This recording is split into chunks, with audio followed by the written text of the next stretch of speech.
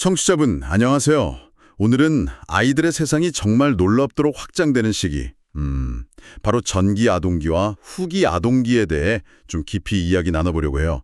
이 시기 아이들이 세상을 어떻게 보고 느끼는지, 그 변화의 핵심을 한번 같이 따라가 볼까요? 특히 아이들 생각하는 방식이나 친구들하고 어울리는 모습, 이런 게 확 달라지잖아요. 어떤 중요한 발달들이 딱 이 시기에 집중적으로 일어나는지 핵심만 쏙쏙 뽑아서 알아보는 시간이 될 것 같아요. 자, 먼저 4살에서 6살 무렵으로 가볼게요. 이 시기를 프로이트는 남근기, 에릭스는 주도성 대 죄의식, 피아제는 전조잡기 후반 이렇게 설명하는데요. 이론은 잠시 접어두고요. 이때 아이들 가장 큰 특징 중 하나가 역시 생각하는 방식인 것 같아요. 굉장히 독특하잖아요. 맞아요. 이때 아이들 사고의 핵심 키워드, 이거 정말 중요한데 바로 직관적 사고예요. 아직 그 논리적인 생각보다는 눈에 보이는 대로 확 와닿는 느낌대로 판단하는 거죠. 예를 들면 똑같은 양의 주스도 길고 좁은 컵에 담으면 더 많다고 생각하기 쉽거든요. 아, 컵에 너비는 생각 못하고 높이라는 그 한 가지 특징에만 딱 꽂히는 거, 이걸 중심화 경향이라고 해요. 이것도 시험에 종종 나와요. 그렇군요. 하나만 보는 거네요. 네.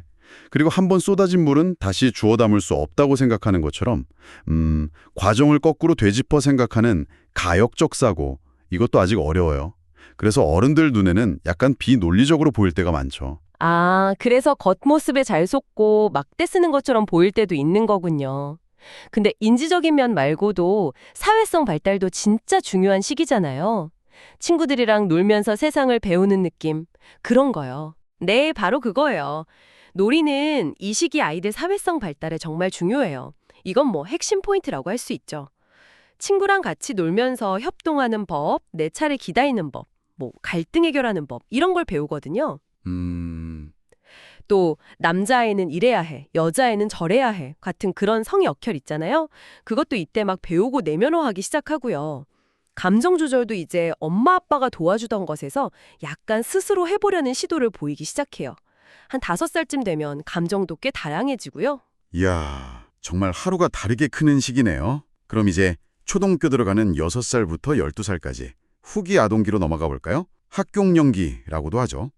이때는 또 어떤 극적인 변화가 기다리고 있나요? 후기 아동기의 가장 큰 변화는 뭐니 해도 생각하는 방식이 혁신이에요. 드디어 보존 개념을 이해하게 되거든요.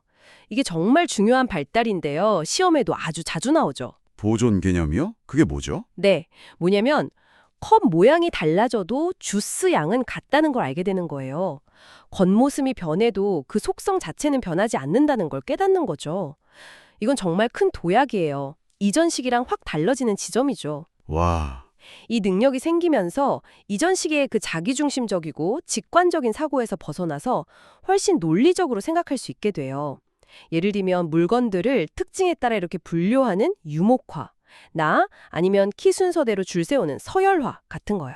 이런 게 가능해지는 거죠.